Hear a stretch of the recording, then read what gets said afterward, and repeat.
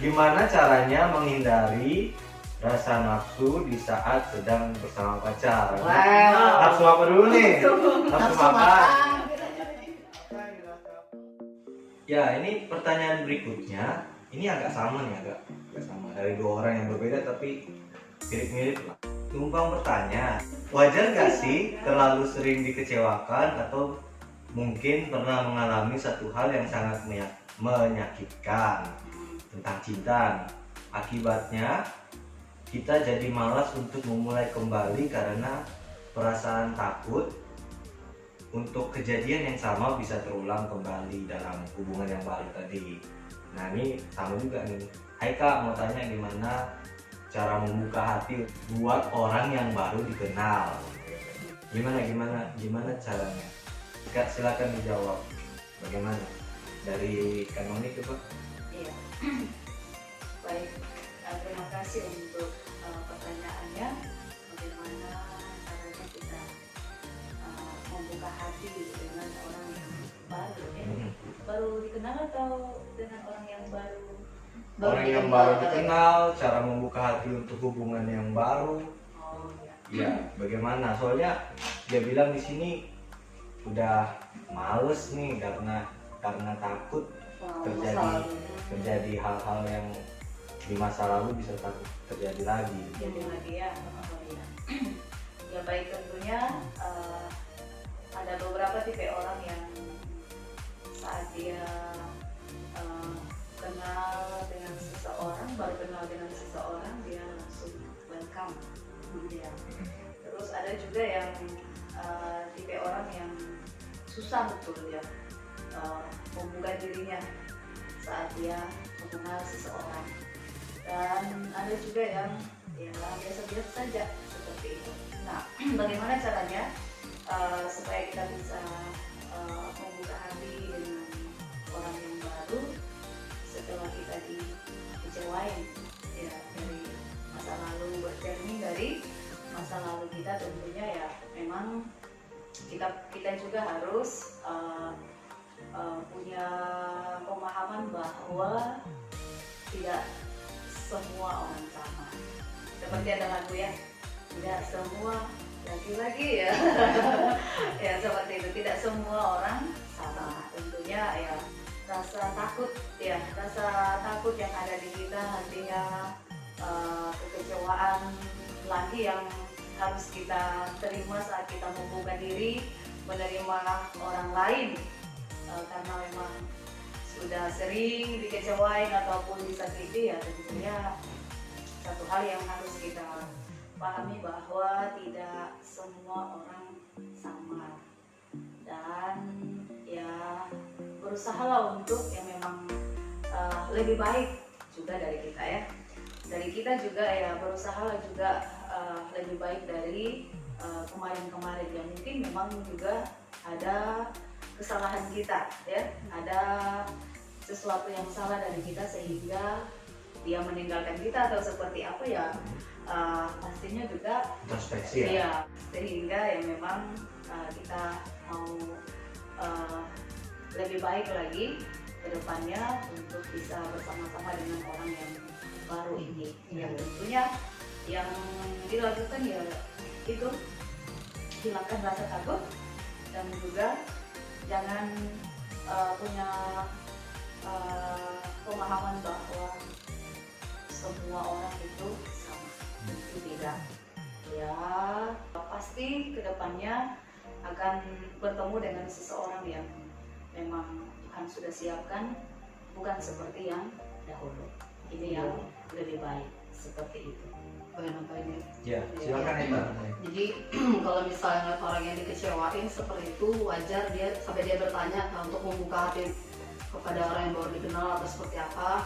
Betul banget yang Kak Oni jawab tuh, dan saya menambahkan bahwa kalau misalnya dari awal ini mereka baru bertemu dan terus dia ingin membuka hati sebenarnya kan, tapi trauma dengan masa lalu, ketika dia ketemu dengan yang baru ini, boleh banget nih mereka diskusi dan juga langsung mengutarakan satu dan lain bahwa si dia ini pernah trauma atau pernah dikecewakan. Jadi kalau memang ide kamu tuh serius sama aku gitu, kedepannya aku minta jangan sampai kejadian itu, jangan sampai terulang, karena memang dia harus jujur dari awal, karena saya memang sudah pernah dikecewakan.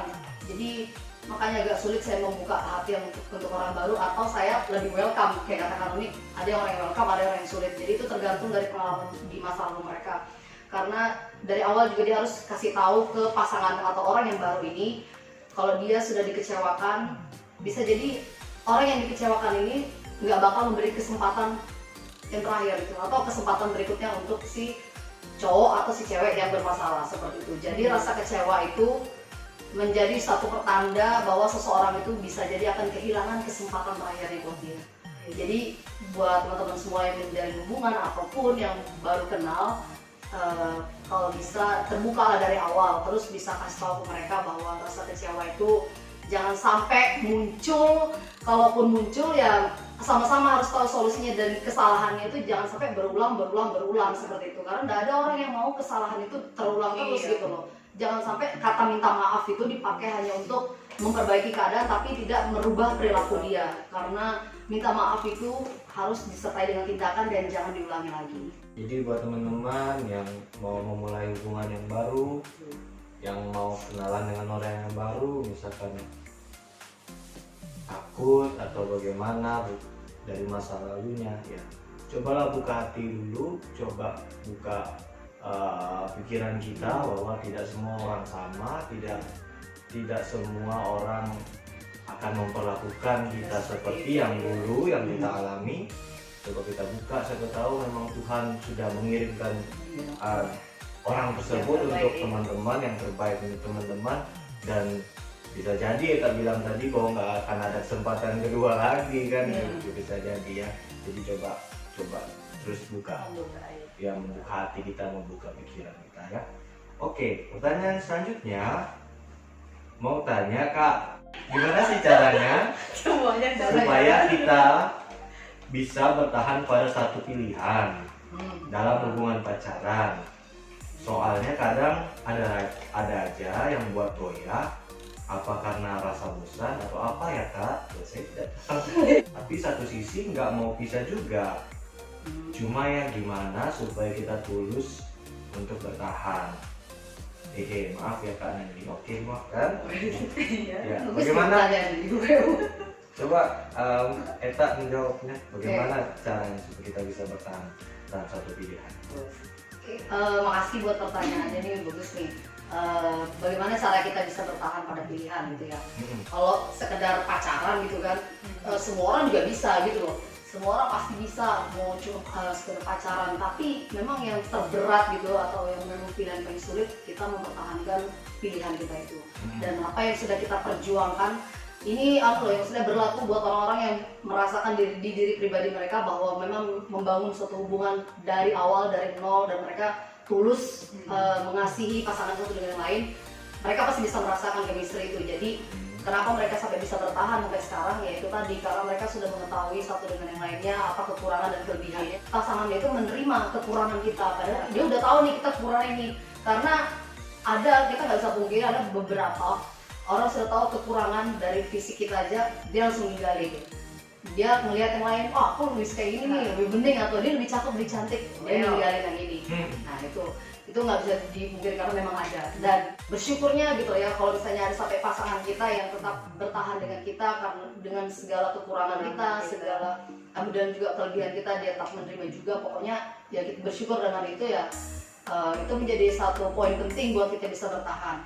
Dan juga seperti yang saya bilang tadi, kalau misalnya dari awal mereka bersama-sama berjuang gitu ya, dari nol ibaratnya kayak gitu, mereka pasti bisa merasakan. Karena mereka tahu betapa sulitnya membangun sebuah hubungan yang serius, dan juga yang dia tadi bilang takutnya apa ini rasa bosan gitu kan, goyah karena sesuatu yang lain hal. Mungkin maksudnya dia di sini betul, kalau misalnya bosan mungkin karena chatnya mungkin lah ya. Terkadang ada yang chatnya gitu-gitu aja, nggak ada sesuatu yang membuat dia lebih semangat gitu loh. Jadi sehingga dia bakal goyah dengan orang lain. Jadi di sini PR-nya gitu, kalau memang kita mengasihi dia dengan tulus, ketika rasa bosan itu tiba atau datang di setiap hubungan, cobalah gimana caranya supaya kita itu bisa mencairkan suasana. Karena kan kita tetap mau sama dia terus nih. apalagi kalau misalnya nanti sampai ke jenjang yang lebih serius gitu. Kan kita nggak bisa ninggalin dia. Terus kita ada masalah, tinggalin, bosan, aku mau pergi jalan, aku mau nonton, nggak bisa kayak gitu.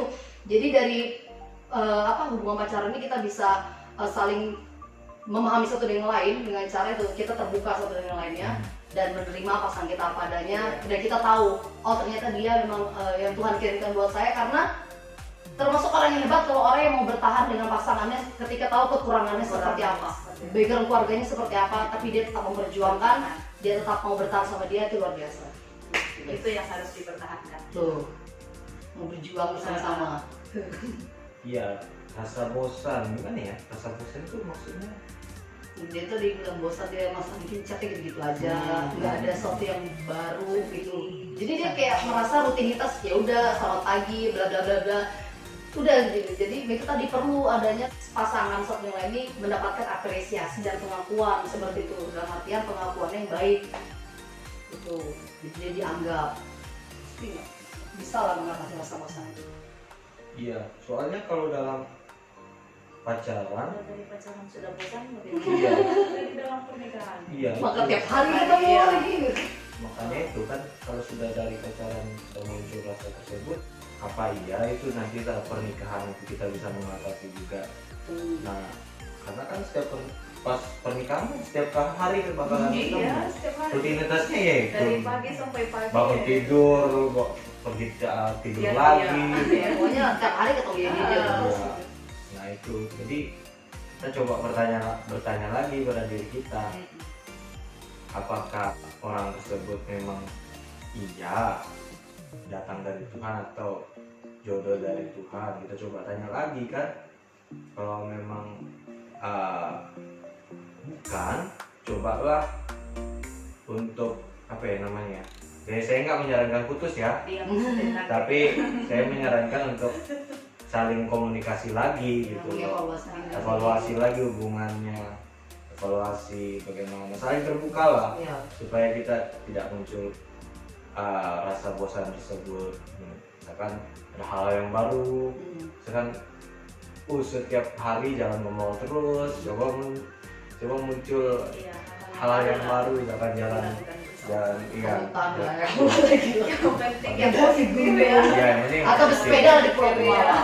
misalkan gitu. coba kita ke Tenggarong sekali-sekali, coba kita ke Balikpapan sekali-sekali, supaya ada dinamika dalam hubungan tersebut.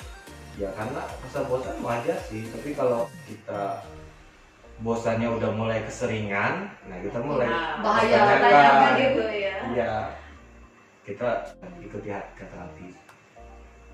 Oke, pertanyaan selanjutnya, nah ini tentang orang tua nih. Guys. Ini kan dari pacaran terus nih, ini yang ada ini pertanyaan tentang orang tua nih. Gimana cara agar kita bisa menjadi lebih dekat dengan orang tua? Apalagi orang tua yang dengan cara pola asuh otoriter. Wow. Ya.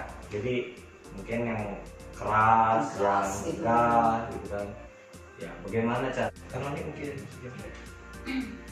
Ya baik, terima kasih atas pertanyaan yang memang menjurus ke kehidupan keluarga.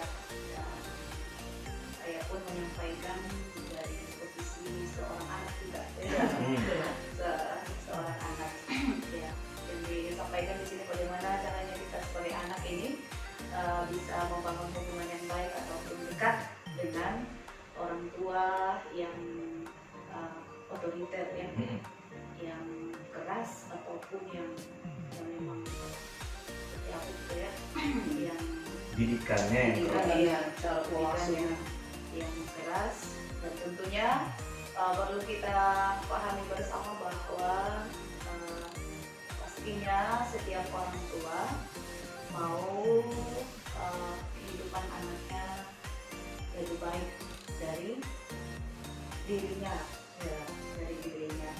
Dan kadangkala tertuang dalam pola asuh dari setiap orang tua.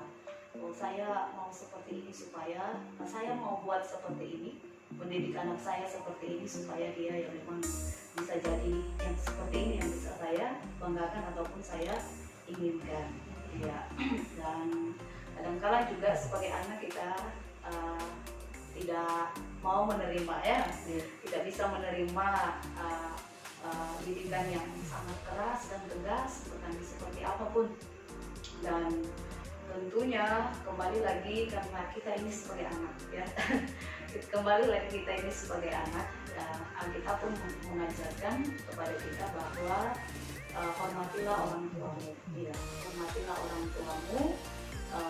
Banyak berkat yang kita dapat dari saat kita menghormati kedua orang tua kita, baik itu panjang umur dan juga berkat-berkat yang lain yang akan kita nikmati di dalam kehidupan ini saat kita menghormati kedua orang tua kita. Terlepas dari cara didikan mereka yang seperti apapun, tentu mereka adalah orang tua kita, dan tentunya tidak ada sesuatu yang mereka buat untuk membawa kita kepada kehidupan yang tidak baik. Tentunya apapun yang orang tua mau buat itu kepada kita, itu dia buat karena memang dia mau agar kita menjadi seseorang yang lebih baik ataupun seseorang yang terbaik bagi dia. Nah, oleh karena itu ya, seperti apa caranya, tentunya ya memang ketaatan sebagai seorang anak itu perlu, dan juga penghormatan kita kepada orang tua itu juga perlu. Jangan sampai kita ada di dalam didikan yang otoriter seperti ini membawa kita kepada kehidupan yang saya tidak jadi keras sama orang juga, dan jadi keras juga kepada orang lain ya, seperti itu ya, imbasnya seperti itu. Tetapi kembali lagi kepada kita sebagai anak, taruhlah di dalam pikiran kita, di dalam hati kita bahwa tidak ada orang tua yang ingin anaknya tidak baik. Kendati pun ada di dalam pola asuh, pola didikan yang seperti apapun. Pastinya setiap orang tua punya pola asuh yang berbeda-beda. Ada yang keras, ada yang ada yang sedang-sedang ya, ada yang lembut sekali. Ya, tentunya ya memang seperti itu dalam keluarga.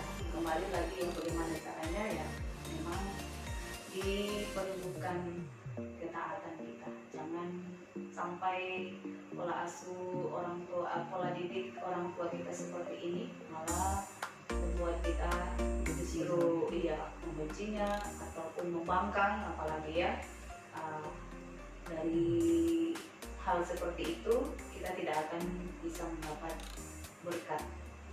Nanti pun mereka seperti itu mendidik kita. Pastinya keras apapun iya, orang tua keras itu pasti apapun. ada titik kelemahan mereka, maksudnya kayak ada lah membuat mereka tuh bisa luluh. Contoh karena dia bilang kan pengen melakukan pendekatan dengan orang tua, karena kayak takut berarti dia kan, tapi ya kalau misalnya dia mau berusaha dan juga dia sudah taat nih, bisa jadi juga dia melakukan hal seperti kayak kamu bilang juga sebelumnya, merayakan atau mengingat hari ulang tahun orang tuanya gitu. Jadi bisa dia kasih surprise kecil-kecilan mungkin gitu. Jadi bisa membuat rasa hati dia ini bisa dekat dengan orang tuanya seperti itu, karena kegiatan-kegiatan yang berbau atau yang bersifat kejutan atau segala macam itu bisa mencairkan suasana dia, karena dia berarti dia menghargai saya, dia ingat nih dia mengasihi saya atau segala macam gitu. Jadi bisa dicoba gitu supaya dia nggak takut dekat dengan orang tua yang lagi gitu kan, karena dia kasihan loh jadinya kalau saya anak sampai pengen banget dekat sama orang tua tapi karena didikannya seperti itu. Jadi dia kalau bisa ya itu lakukan juga hal-hal kecil yang membuat orang tuanya bisa luluh gitu. Seperti itu. Iya, justru saya merasa kalau pola asuh orang tua Anda otoriter, Anda sangat beruntung gitu. Berarti orang tua Anda sangat perhatian kepada Anda. Maksudnya ada anak-anak yang pola asuhnya salah, pola asuhnya tidak benar. Ketika pola asuh otoriter ini, malah saya merasa bahwa orang tua ini menginginkan anak-anak tersebut seperti yang kami bilang tadi, menjadi anak yang lebih baik gitu. Jadi anak yang bagaimana ya caranya? Kalau otoriter itu kan Tapi kita nggak bisa tahu ya apa otoriternya ini Iya, bagaimana, iya, seperti iya. apa ya. Tapi kalau menurut pemahaman saya yang keras, yang tegas, Disiplin tinggi tinggi kayaknya. ya Ya justru lebih bagus ya. Justru Seperti itu ya. mungkin saat ini kita nggak mengerti gitu cara pola asuh tersebut benar. Tapi ketika kita menjadi orang tua, kita akan mengerti, oh ternyata Ini tuh cara yang maksudnya dipakai ya, bapak dulu, saya mau ibu didik, dulu, iya. ya, seperti ini membentuk saya jadi membentuk pribadi saya yang menjadi apa. pribadi yang lebih baik untuk mengasuh anak saya. Saya tidak menyarankan Anda menjadi orang tua yang otoriter ya selanjutnya. Itu Tapi kembali pasti. ini membangun karakter menjadi Ya. karakter yang lebih baik gitu. Jadi dari perlakuan atau pola asuh orang tua tersebut, teman-teman bisa mendapatkan suatu mental, suatu pembangunan karakter yang lebih baik gitu. Jadi teman-teman beruntunglah kalau memang punya orang tua yang tegas, yang keras. Iya. Karena memang orang tua memiliki otoritas terhadap teman-teman sebagai anak gitu. Karena mereka adalah orang tua. Jadi mereka memegang kendali terhadap teman-teman. Justru teman-teman harus bertanya. Kalau teman-teman gak diperhatikan, gak dididik, gak dinasihati, gak ditegasin, justru itu harus bertanya. Kenapa seperti Ini ini? kok saya kayak nggak diperhatikan gitu ya. Nah justru itu yang harus ditanya. Ya oke, seperti itu ya. Jadi itu. Nah yang kedua dari orang ini ya, gimana sih kita supaya tahu kalau orang yang sedang berpacaran dengan kita sedang berbohong atau menutupi sesuatu. Nah bagaimana? Coba gimana sih caranya supaya kita tahu bahwa orang ini lagi berbohong nih atau menutupi sesuatu. Kalau misalnya pacaran udah lama gitu ya, Ya, pasti ya. tahu nih. Ah. Maksudnya dia pasti tahu gerak-gerik dan juga dari bahasa gaya-gaya bahasa dia berubah gitu kan, itu udah pasti kita bisa lihat. Kalau misalnya dari chat aja nih, misal kalau misalnya kita membahas suatu apa gitu kan, terus tiba-tiba dia mengalihkan, berarti itu bisa jadi tanda bahwa dia bisa berbohong karena nggak sebelumnya kita tahu cara bahasa dia gitu loh, maksudnya kita tahu kebiasaan dia dan tiba-tiba itu berubah dan kita ngerasa, dan biasanya cewek ini kan memang yang perasaan ya, terasa gitu loh. Jadi kita pasti tahu oh ini lagi bohong ya, ini kayaknya ada yang disembunyiin nih. Ya udah kita langsung aja to the point, kamu ada yang kamu tutupin ya, atau kamu ada yang gini-gini? Enggak kok, enggak gini-gini. Terus tiba-tiba dia nyangka langsung kayak kamu gini-gini, dia bahas pembahasan lain, dia udah mengalihkan. Berarti itu bisa jadi ada sesuatu yang dia sembunyikan seperti itu. Kalau misalnya kita lagi kayak ketemu nih, terus dia berbohong gitu kan, itu pasti kelihatan banget dari gestur tubuhnya dia, pasti kelihatan. Kan saya nggak bisa ngomong juga, maksudnya nggak bisa mempraktekkan, tapi kita pasti tahu kalau apalagi dia udah terbiasa dengan dia sehari-hari atau udah mengenal dia cukup lama, bersama-sama cukup lama, pasti kelihatan kok dia berbohong apa enggak, dari tatapan matanya pun kita bisa lihat gitu. Itu sih di gestur-gestur dia dan kebiasaan dia yang mulai berubah. Jadi ketika dia chatnya mulai kok berubah ya, Iya. cara chatnya atau Kebanyakan mengalihkan terus gitu. mengalihkan ya, Iya. bisa jadi tanda-tanda ya. Iya. Kalau saya sih lihat orang berbohong tuh tatap aja matanya. Wow. Kalau dia nggak menatap balik berarti dia berbohong. Bohong. Misalkan kita tanya, kamu selingkuh nggak? Gitu. Iya, aku selingkuh. Itu kenapa kamu iya aku selingkuh ya gimana? Itu secara psikologi loh. Itu secara psikologi. Jadi kalau dia tak menatap, kalau kita misalkan ketemu terus kita tanya sesuatu, dia kayak menatap ke lain arahnya, nggak menatap langsung ke mata kita, itu bisa jadi dia bohong kan? Itu salah Kalian satu. kelilipan. Pastinya sangat simpel ya kalau kita Ya. mau mengetahui pasangan kita sebenarnya lagi berbohong ataupun menyembunyikan sesuatu yang memang sangat bisa kita ketahui dari gerak-gerik tadi ya. Kalau kita memang sudah betul-betul mengenal dia dan sudah lama ya. Kalau yang baru pacaran seminggu ya nggak Oh, bisa iya, juga nggak gitu. bisa. Kamu bohong ya? Putus langsung. Itu kalau kita sudah lama Iya. mengenal dia. Oke. Pertanyaan selanjutnya, salah nggak kalau lebih mengutamakan teman daripada pacar? Nah, gimana? Tak? Nggak boleh juga. Kira-kira selama pengalaman. Kalau aku pengalamannya mengutamakan semuanya. Oh, Tapi salah nggak kira-kira kalau kita mengutamakan teman daripada pacar? Konteksnya ini macam-macam sih, tergantung kondisinya gitu loh.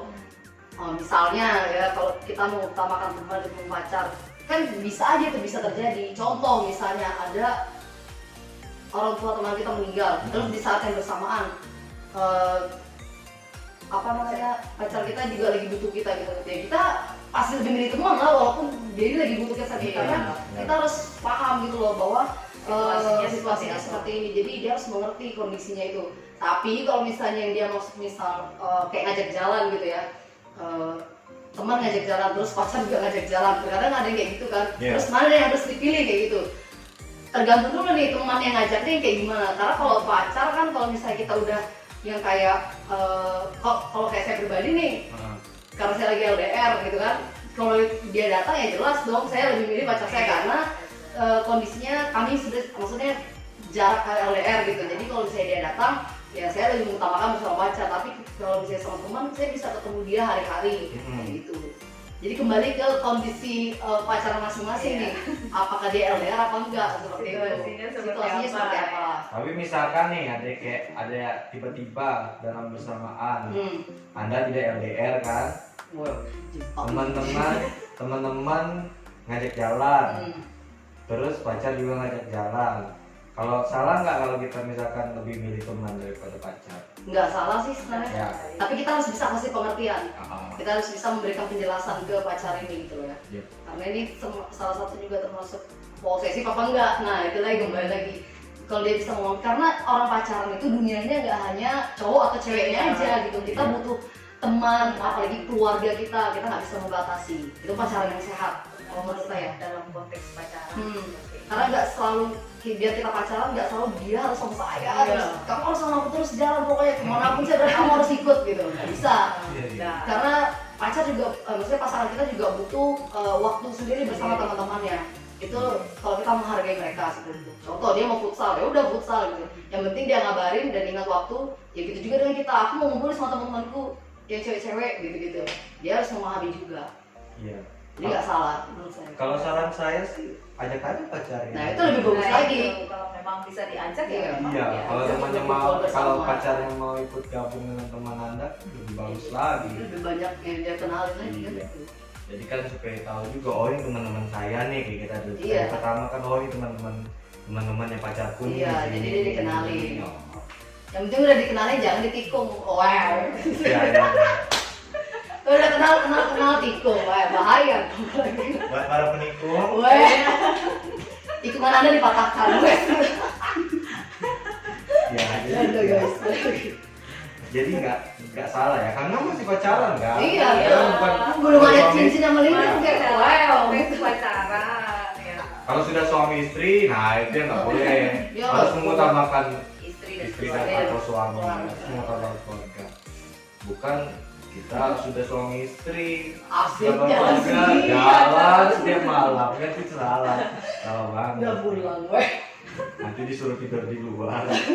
Oke, nah ini juga cara menghadapi teman atau pacar yang kemudian. Nah gimana tuh?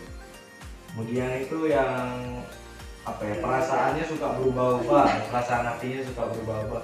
Kadang dia senang, kadang dia sedih, kadang bisa nanti kita ketemu nanti dia emosian. Nah, itu bagaimana cara menghadapi teman yang seperti itu?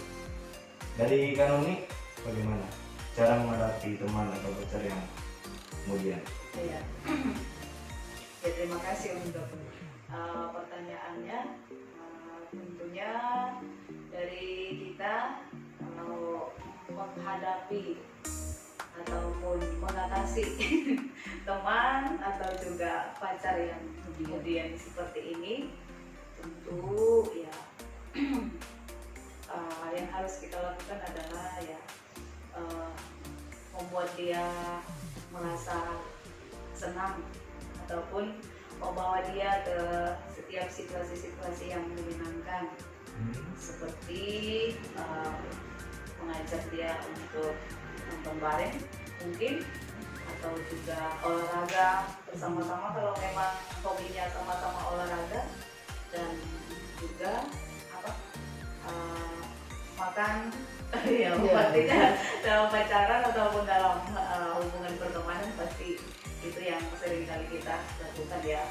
Tentunya yang pasti kita lakukan adalah membawa dia untuk menikmati hal-hal yang menyenangkan. Tentunya ya memang sangat sulit juga untuk menghadapi teman ataupun pacar yang mudian. Sebentar-sebentar, nggak tahu-tahu dia marah atau seperti apa. Ya tentunya sangat sulit juga kita bisa menghadapi teman ataupun pacar yang seperti ini. Tapi ya memang butuh kesabaran untuk boleh menghadapi teman ataupun pacar seperti ini. Seperti tadi ya, hal-hal praktis yang bisa kita lakukan untuk boleh menyenangkan dia saat datang kemudiannya seperti itu ya, ajak dia untuk melakukan hal-hal yang menyenangkan hatinya, nonton bareng, makan bareng, ataupun olahraga bareng, dan hal-hal yang bisa menyenangkan dia seperti itu. Ya, ada tambahan dari Kak? Bagaimana? Kurang lebih juga kayak Karoni sama maksudnya kita memahami posisinya dia, karena kita sudah tahu oh sifatnya kayak gini, berarti kita harus bisa menyesuaikan juga dengan si teman atau pacar. Tapi sesekali kita juga harus perlu mungkin memberikan teguran sedikit, karena dia nggak bisa bersikap seperti itu terus, karena dia pasti membutuhkan orang lain gitu loh. Kalau dia maunya dia, mudi-mudi dia, ya nggak bisa juga seperti itu. Jadi ya kalau kita sebagai teman yang baik, sebagai pasangan yang baik, sudah memahami dia, kita akan bisa pelan-pelan beritahu dia dengan cara kita masing-masing ya. Gimana caranya dia bisa menerima. Nanti ya kita juga buat di dalam doa, pasti nanti hatinya bisa tergerak, dan juga pasti dia sadar, oh ya aku udah semakin berumur, berarti semakin dewasa gitu kan, nggak boleh nih aku kayak gini lagi, karena aku pasti butuh teman, aku pasti butuh pasangan yang sama-sama mau dimengerti, jangan aku aja yang mau dimengerti terus gitu. Benar-benar. Ya intinya harus ekstra sabar ya. Iya, perlu kesabaran ya. Karena kita nggak tahu nih situasi dan kondisi teman kita atau pacar kita, tiba-tiba dia begini, tiba-tiba begitu, wah dia kacau ya. Dan ya sering berjalannya waktu seperti yang tadi bilang tadi, pasti dia. ya pasti akan mengaku juga bahwa kemudian itu nggak baik, nggak baik untuk. Ya masih muda sih wajar sih kalau kemudian ya. Tapi kalau sudah orang tua masa sih kemudian Masa sampai orang kelewatan ya. untuk apa juga. Kelewatan lah. Sampai tua masa gitu. Ya oke, pertanyaan selanjutnya, cara menghilangkan sifat mudah bosan dalam pacaran. Oh ini udah tadi. Ya tadi tuh guys, jadi Tadi. mundurkan aja. Nah terus salah nggak kalau suka gonta-ganti gebetan tapi belum pacaran atau sering PHP-in orang? Gimana? Kalau menurut saya sih salah sebenarnya gitu loh, karena gini, kalau ganti gebetan kayak ibaratnya kayak apa ya, ini menyangkut perasaan orang ya gitu, ini perasaan orang. Terus kita harus berpikir juga kalau dia gitukan orang, nanti suatu waktu karma tuh bakal bisa balik ke dia gitu. Nah jadi lebih baik dia berpikir mending dia mikir jauh deh kalau sebelum dia melakukan hal itu, ntar balasannya apa ya gitu, karena Tuhan adil, Tuhan pasti melihat. Kalau misalnya kamu mau memulai sesuatu yang baik, ya lakukanlah prosesnya yang baik. Jangan karena lihat S1 cantik atau S1 ganteng, aku suka sama ini, nanti lihat aja yang lebih ganteng, lihat aja yang lebih cantik, ganti yang ini, terus yang ini tadi di PHP-in. Nah, ntar pas waktu dia jadian nih akhirnya sama gebetan yang dia targetkan sekian banyaknya tadi, bisa jadi gebetan yang sudah dia pilih dan mereka udah jadian, dia bakal di PHP sama dia lagi sama si cowok ini. Atau pas mereka sudah jadian, si cewek ini ditinggalin atau si cowok ini ditinggalin, ya itu tadi karena akibat pemikiran dia dan cara dia mendapatkan suatu perhatian kepada semua gebetan. Itu sebenarnya kurang baik gitu loh. Kalau bisa ya satu ini ya, gitu. satu orang. Ya tambahan dari Kanoni ada tambahan? Ya tentunya kalau ditanya apa tadi Salah apa enggak? salah atau enggak ya memang. Gonta-ganti gebetan salah atau Iya. enggak? Tentunya ya memang sangat tidak baik ya. Sangat tidak baik karena memang ini menyangkut perasaan seseorang. seseorang. Iya. Hmm. Menyangkut perasaan seseorang ya pastinya kita juga tidak mau kalau kita di PHP-in ataupun Iya. disakiti perasaannya. Ya, tentunya coba terjadi di kita ya seperti itu. Kalau terjadi di kita seperti itu ya bagaimana? Sakit. Ya, bagaimana perasaan kita ataupun bagaimana hati kita yang memang tidak baik menyakiti perasaan orang lain. Kalau memang tidak terlalu tertarik dengan dia ya tidak usah Memberi harapan harapan ya lebih gitu loh. PHP tadi ya Iya. apalagi Walaupun untuk PHP. berteman aja mungkin masih nggak Iya. apa-apa. Maksudnya mau menjalin hubungan sebagai teman kan, karena memperbanyak teman juga nggak masalah. Iya. Lebih bagus memperluas link, memperbanyak link. Tapi kalau sampai dia muncul kata PHP ini salah, yang dia jelas salah. Karena kita memberi harapan palsu gitu loh sama orang. Guys. Iya, seperti itu sangat tidak baik. Sangat baik ya. Jadi berteman boleh, Berteman Ah. boleh. tapi ketika mulai PHP itu yang Oh. Iya. buat anda Oh. harapan palsu. Harapan palsu, kalau bertobatlah. Coba karena Seperti siapa ya di TV itu? Wes. karena karma itu ada loh. Iya betul. Percaya nggak percaya karma itu Karma ada. pasti ada. Hukum tabur tuai dalam. Iya. Nah, betul betul. Apa yang kamu tabur itu yang Kamu tuai. kalau kamu tuh tabur yang tidak baik maka yang tidak baik lah yang kamu tuai ya. Jadi bertobat ya. Oke. Sudah poin bertobat. Pertanyaan terakhir. Nih ada pertanyaan Ah, terakhir. terakhir guys. Banyak Ya, juga kita ya. kan sudah menjawab pertanyaan-pertanyaan ini ada muncul dari HP saya. Woi. Wah. Ada pula pertanyaan baru. Dari gebetan. Apa sih Kak pandangan Alkitab mengenai pacaran? Kita tuh boleh pacaran nggak sih? Bagaimana pacaran menurut standar Alkitab? Ya baik, terima kasih untuk pertanyaan yang memang pertanyaan terakhir dan juga pada intinya juga ya. Dari tadi sudah kita bahas bersama-sama tentang pacaran ya. Dan sekarang pertanyaan yang luar biasa khususnya kita mau lihat bersama-sama di dalam Alkitab sendiri. Tentu kalau kita membaca dari Kejadian sampai dengan Wahyu tidak ada yang disampaikan tentang pacaran ya. Tetapi yang memang Alkitab menyampaikan ada persahabatan yang diisi dengan kasih, cinta kasih yang luar biasa. Dan tentu dari Alkitab sendiri menyampaikan bahwa ya, kalau pandangan Kristen tentang pacaran, pacaran ini adalah satu jalan untuk membawa kita kepada hubungan selanjutnya, membawa kita kepada hubungan selanjutnya yaitu pernikahan. Ya, kenapa kita pacaran? Tujuannya adalah untuk memahami ataupun mengenal seseorang yang ini loh yang mau saya ajak untuk menjalani kehidupan bersama-sama dalam kehidupan pernikahan. Jadinya itu tujuan kita pacaran, bukan cuma saya jomblo jadi saya mau punya pacar, bukan ya, bukan seperti itu. Jadi tujuannya adalah yang memang membawa kita untuk bisa memahami seseorang, mengenal seseorang di masa pacaran ini untuk kita masuk dalam jenjang yang lebih serius yaitu pernikahan. Tentu ya. Terus setelah kita sudah memahami tujuan dari pacaran ini, pertanyaan tadi boleh nggak kita pacaran? Ya. Tentunya ya memang saya juga tidak melarang teman-teman untuk pacaran ya. Saya tidak melarang ya. Saya juga menyampaikan ya boleh pacaran, tetapi dalam apa? Dalam konteks yang memang memuliakan Tuhan.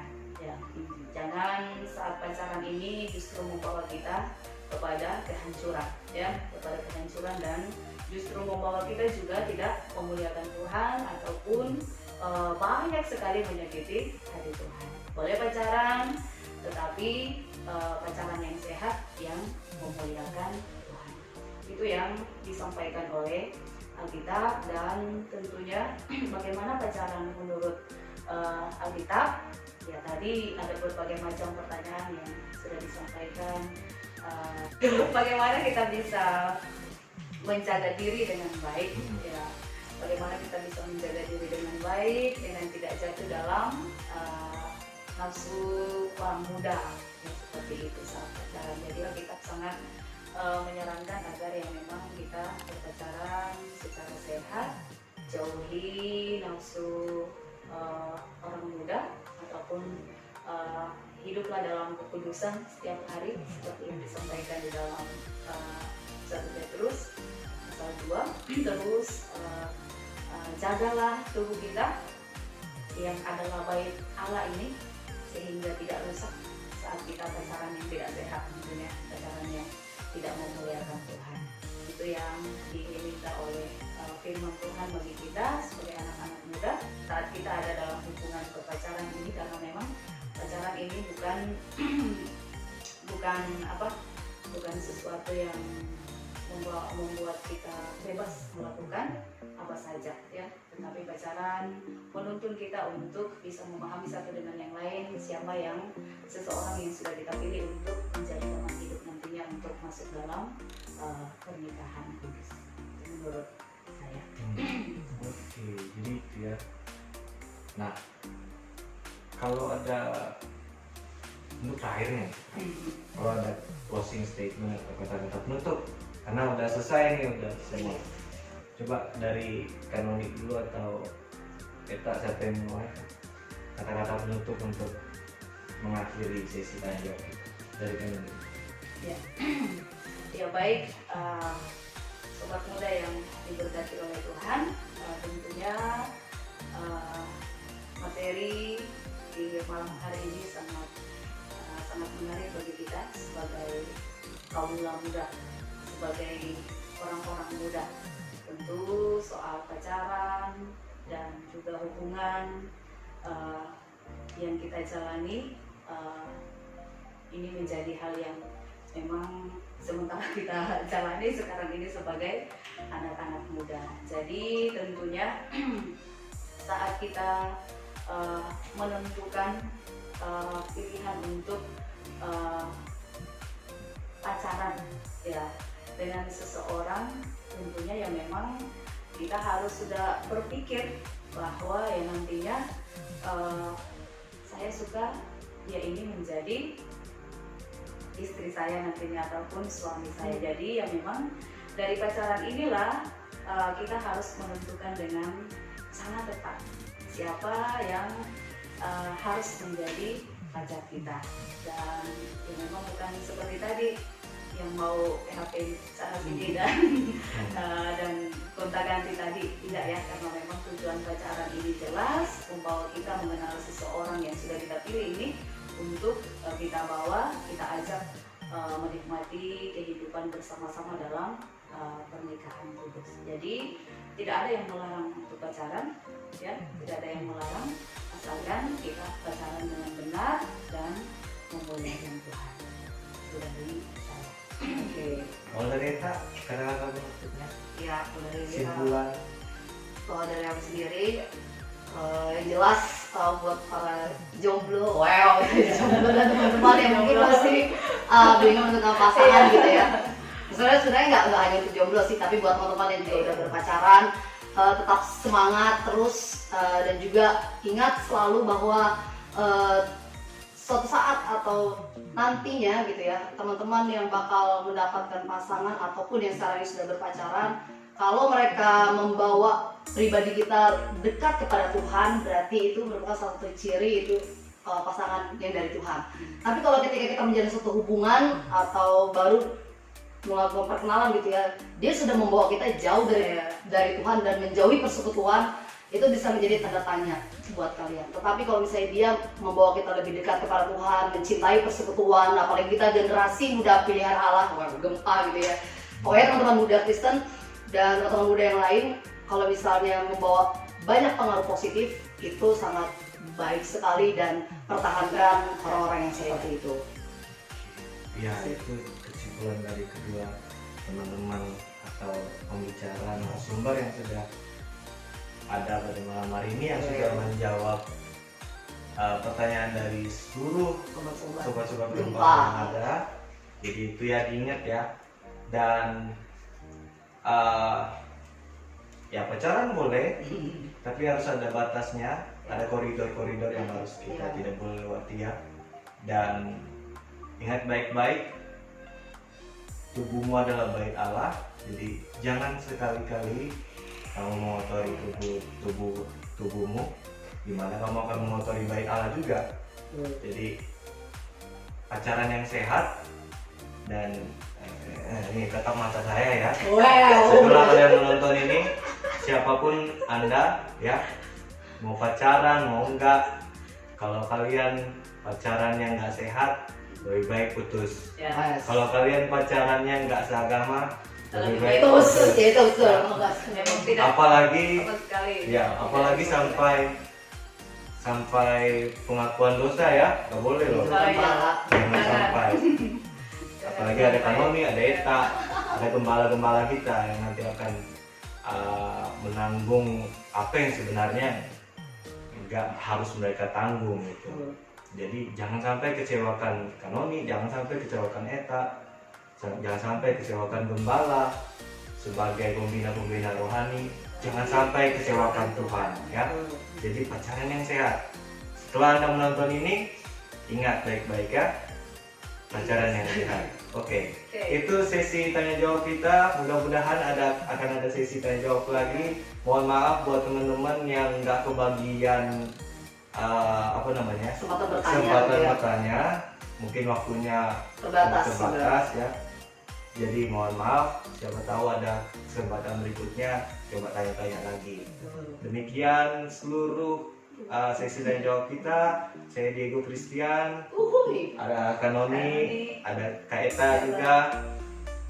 Selesai pada malam hari ini, dan jangan lupa like, komen, dan subscribe ya guys. untuk Pak Guncan. Semoga bermanfaat ya, semoga share kita bermanfaat, ini. semoga jadi berkat buat teman-teman semua, dan kita jumpa lagi dalam kesempatan berikutnya. Semoga corona cepat hilang. Ya, semoga kita corona bisa cepat ibadah hilang, lagi. ya. Jadi sebelum kita mengakhiri semuanya, mari kita satu dan dua, saya mintakan untuk berdoa untuk kita semua. Kita berdoa. Kami bersyukur Tuhan atas kasih dan kebaikan Tuhan bagi kami sebagai anak-anak muda saat ini. Terima kasih saat kami boleh membahas satu hal yang luar biasa bagi kehidupan kami. Anak-anak muda di malam hari ini kami boleh melihat betapa Tuhan memiliki rancangan yang luar biasa bagi setiap kami anak-anak-Mu. Oleh karena itu kami memohon biarlah Tuhan terus memberkati kami semua. Biarlah kasih Tuhan yang sudah Tuhan demonstrasikan di atas kayu salib, mati bagi kami, menebus dosa kami, bangkit pada hari yang ketiga, membuktikan bahwa Engkau menang atas maut dan memberikan kemenangan itu bagi kami semua akan menjadi bahagian kami.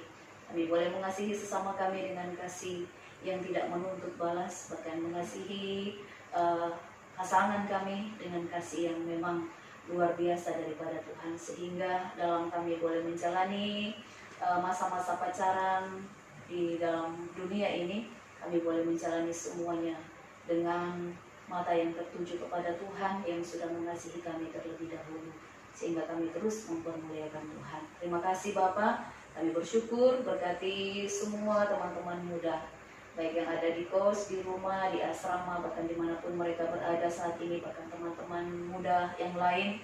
Kami percaya Tuhan dalam setiap pergumulan kami sebagai anak-anak muda ini, kami pun akan senantiasa berharap dan bersandar kepada Tuhan Yesus sendiri. Sekali lagi kami berdoa bersama-sama di malam hari ini untuk wabah virus corona yang terjadi di dalam dunia ini, bahkan terlebih di bangsa kami. Kami tetap memohon belas kasihan Tuhan, Engkau memberkati pemerintah yang dengan luar biasa menangani wabah ini. Berikan mereka kekuatan, kemampuan, bahkan kesehatan, bahkan tim medis yang ada pun Tuhan Engkau memberkati mereka dalam setiap tugas dan tanggung jawab mereka. Kami percaya Tuhan ada di sana bersama-sama dengan mereka, membentengi mereka dengan kuasa darah-Mu. Bahkan setiap saudara-saudara kami yang terpapar dengan virus corona ini, kami mohon biarlah Tuhan memulihkan kami. Kami semua Tuhan bentengi kami dengan kuasa darah-Mu, sehingga kami tetap aman, sehat, menikmati kekuatan yang Tuhan anugerahkan. Ini doa dan syukur kami malam hari ini. Kami bersyukur untuk kasih setiamu bagi kami sudah menuntun kami dalam pembahasan kami di malam hari ini. Dalam nama Yesus kami berdoa. Haleluya. Amin. Amin. Baik, sampai jumpa semuanya. Selamat malam. Bye, bye guys. Lagi. Baik, sobat gempa semuanya, terima kasih sudah menonton. Semoga menjadi berkat. Mohon maaf kalau ada salah-salah kata. Selamat malam dan sampai jumpa di lain kesempatan. Bye, stay Bye. safe guys.